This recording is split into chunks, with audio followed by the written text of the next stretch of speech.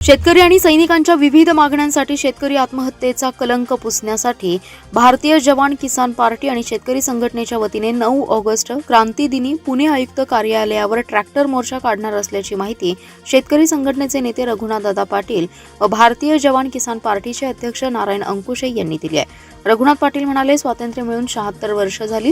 शेतकऱ्यांच्या, कामगारांच्या आणि सर्वसामान्यांच्या जीवावर राजकारण करून सत्तेचा उपभोग अनेक राजकीय पक्षांनी घेतलाय। आमदारांचा आणि खासदारांचे पगारवाढीचे, पेन्शनवाढीचे प्रश्न 2 मिनिटात सभागृहात सोडवले जातात, पण सत्ताधारी आणि विरोधकांना शेतकऱ्यांच्या आणि रोजगारांच्या प्रश्नावर बोलायला वेळ नाही।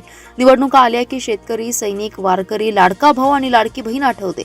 जातींमध्ये तेढ निर्माण करून सत्तेचा जाण्याचा मनसुबे हाणून पाडण्यासाठी, शेतकऱ्यांच्या दुधाला, ऊसाला आणि इतर पिकांना हमी भाव देण्यासाठी, विद्यार्थ्यांना मोफत शिक्षण आणि युवकांना रोजगार देण्यासाठी, शहीद सैनिकांना त्यांचा हक्क आणि सन्मान मिळवून देण्यासाठी सरकार विरोधात पुणे विधान भवनावर ट्रॅक्टर मोर्चा काढणार आहे। जवान पार्टीचे अंकुशे म्हणाले, कारगिल युद्धाला 25 वर्ष होत असताना शहीद झालेल्या कुटुंबांना न्याय मिळाला नाही।